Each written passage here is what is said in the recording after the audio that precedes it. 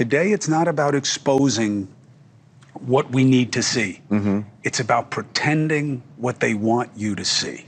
It's all extreme all the time, with people wanting you to believe what they tell you. What happened? And even outside the worst of social media, even on more traditional outlets, to put it that way, they are looking for what fits the narrative. Now, it's much less consequential than what we're talking about today, but every public figure, if you said to them, your children's happiness depends upon it, or if you ace the following, it'll bring about world peace. Both of us and everybody who's been a public figure in this era could come back with 100 things about them that they found just in the ensuing 24 hours that are not like, he sucks, that's just a stupid opinion, but that are factually false, objectively false. But there are no guidelines anymore. Look, the so-called legacy media, of course it was flawed. It continues to be flawed. But there are standards. Whether they fall short of them on occasion is not the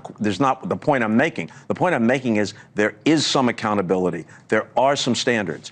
In the grand morass of the internet, there are no standards. Right. It's just, generally speaking. It's just popular. Well, obviously, there are always exceptions to it. There's some people doing great work. Yeah. Substack and other places. Oh, of course. That's good things. That's fantastic. But it's what the currency is. The coin of the realm, Mr. Costas, I would suggest to you, is extremism. And that it's got to be owning you, destroying you. That's right. Here's a picture of Costas. He didn't even know what to say. Yeah. He was, and that aggression, I believe, is getting projected out there, and everyone is acting on it. And I don't think it's a coincidence that we see people killing to advance political agendas.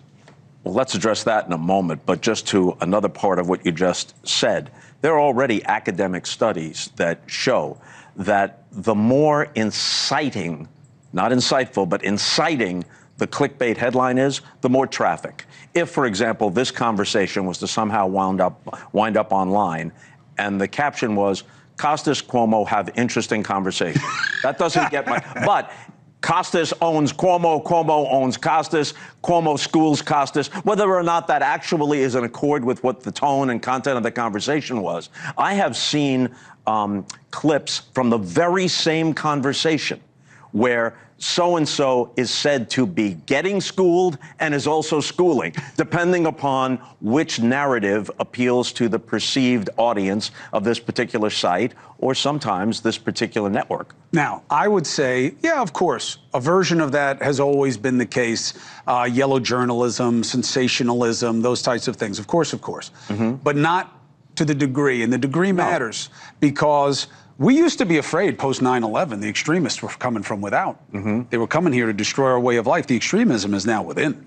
The last several political murders we've seen, that's what I call them. You can call it terrorism, I guess, but they're all domestic. And they're all people who get echoes of sympathy and support online for what they did, just like this last guy in Manhattan. I don't know. I haven't followed it because Ryne Sandberg's death has actually occupied much of my time on the Baseball Network and other outlets over the last 24 hours. But I haven't seen, you can school me on this, I haven't seen many people justifying what this guy did just because they think that football might be injurious to people. They don't justify it per se. What they do is, like we saw with the healthcare CEO, this is what you get. This is wrong. What he did was wrong. Mangione, what he did was wrong. But now there's a but, Bob. This guy may have had CTE. Maybe he didn't. The NFL has hidden it. And this is what the NFL gets. But you shouldn't kill anybody. There's also this. There's a certain matinee idol aspect to Mangione. He's an attractive guy. Who was the guy, I forget the name, involved in the Boston Marathon bombing? Oh, yeah. There were marriage proposals directed toward him because he has a certain look. That factors in with Mangione. Now, say what you want about the NFL, and I was among the very first, and I did it persistently, and some people weren't so happy with me from the NFL and from my own network.